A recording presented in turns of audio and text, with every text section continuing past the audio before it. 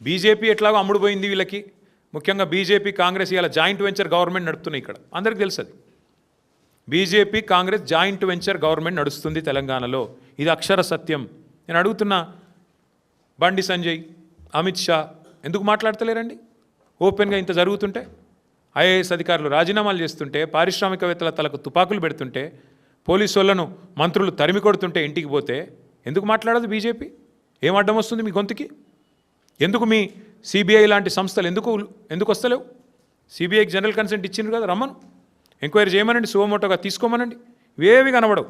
అందుకే నేను అంటున్నా, ఈ రాష్ట్రాన్ని కాపాడుకోవాలి అంటే ఇంకా బీజేపీ వల్ల కాదు, ఇంకెవడి వల్ల కాదు, కేవలం కేసీఆర్ గారి నాయకత్వాన్ని తిరిగి తెచ్చుకుంటే తప్ప ఈ విశృంఖల, ఈ దుర్మార్గ ముఠాలకు, ఈ అరాచక పర్వాలకు తెరదించాలి అంటే ప్రజల చేతుల్లో నా శక్తి ఉంది. ఇంకా చాలా సమాచారం వస్తుంది మాకు కూడా. అసలు పంచాయతీ మంచిరేవులలో 35 ఎకరాలకు పంచాయతీ అట్టది అసలు పంచాయతీ. ముఖ్యమంత్రి గారి తమ్ముడు 20 ఎకరాలు తీసుకున్నాడట, ముంగట 15 ఎకరాలు కొండా సురేఖ గారి ఫ్యామిలీ తీసుకున్నదట. మొత్తం నాకు కావాలంటే నాకు కావాలని ఇద్దరు కొట్లాడుకుంటున్నారు. అందులోకెళ్ళి ఎండోమెంట్ ల్యాండ్కి వెళ్ళి రోడీ అన్నట. దాని గురించి జపాన్కి వెళ్ళి ఆయన ఫోన్లు, వీళ్ళు ఇక్కడ లొల్లి రోడ్ల మీద. ఇక అట్లాంటి వ్యవహారం ఇవాళ రాష్ట్రంలో నడుస్తూ ఉంది. ఇవన్నీ బయట పెడతాం, ఏది కూడా వదిలిపెట్టం. ముఖ్యమంత్రి గారు ఎంత గింజుకున్నా, ఎంత అరిచినా ఇంకా మాకు చాలా విషయాలు తెలుసు. ముఖ్యమంత్రి గారికి నేను చెప్తా ఉన్నా మీడియా ద్వారా, నువ్వు శంకరా హిల్స్లో ఏం చేస్తున్నావో తెలుసు, నువ్వు సర్వే నెంబర్ 83లో ఏం చేయబోతున్నావో తెలుసు, మాకు అంతా సమాచారం ఉంది. నువ్వు ఎక్కడెక్కడ ఏం చేస్తున్నావో చిత్రగుప్తుడు రాసుకున్నట్టు చిట్టా రాసుకుంటున్నాం.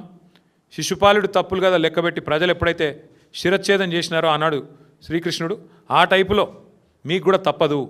తప్పులు ఏవైతే చేస్తున్నారో అన్ని ప్రజలు లెక్క కడుతున్నారు, ప్రజలే మీకు శిక్ష వేస్తారు. మాకు అన్నీ కూడా సమాచారం అందుతూ ఉంది ఎప్పటికప్పుడు. మేము అధికారులకు కూడా మళ్ళొకసారి చివరిగా విజ్ఞప్తి చేస్తూ ఉన్నాం, ఈ అరాచకంలో మీరు పాలు పంచుకోకండి. ఇక్కడ జూపల్లి కృష్ణారావు, రేవంత్ రెడ్డి, ఆయన కొడుకు, ఈయన అల్లుడు, వాళ్ళ బాధల మీరు పోయి మీరు అనవసరంగా మీరు బలిపశువులు కాకండి. రోహిన్ రెడ్డి సుమంత్ పంచాయతీలో పారిశ్రామికవేత్తలు ఎవరైతే నలిగిపోతున్నారో పారిశ్రామికవేత్తలకు నేను విజ్ఞప్తి చేస్తూ ఉన్నా, ఈ అరాచకానికి అడ్డుకట్ట వేయాలంటే మీరు కూడా తప్పకుండా మాట్లాడాలి, మీరు కూడా బయటికి రావాలి. అందుకే భారత రాష్ట్రం తరపున మేము డిమాండ్ చేస్తూ ఉన్నాం, పోలీస్ యంత్రాంగం స్పందించాలి, ఏం జరిగిందో చెప్పాలి, తుపాకీ తెచ్చిందేవడో చెప్పాలి, తెచ్చిన తుపాకీ రాముడేవాడు, రోహిన్ రెడ్డా, సుమంత తెలవాలి, ఇచ్చినోడేవాడు అది కూడా తెలవాలి. అట్లాగే ఉత్తమ్ కుమార్ రెడ్డి స్టేట్మెంట్ రికార్డ్ చేయాలి. ఇవన్నీ విషయాలు పారదర్శకంగా ప్రజలకు చెప్పాలి. మీరు కనుక దాచే ప్రయత్నం చేస్తే మా గవర్నమెంట్ 2 ఏళ్లలో వస్తుంది, ప్రతిదాన్ని తవ్వి తీస్తాం. మేము కూడా ఖచ్చితంగా ప్రతిదానికి మిమ్మల్ని ఎవరెవరైతే అధికారులు రిటైర్మెంట్ అయినా తీసుకొచ్చి కూర్చోబెట్టి మళ్ళీ బాధ్యత వహించే విధంగా చేసే రెస్పాన్సిబిలిటీ మేము తీసుకుంటాం.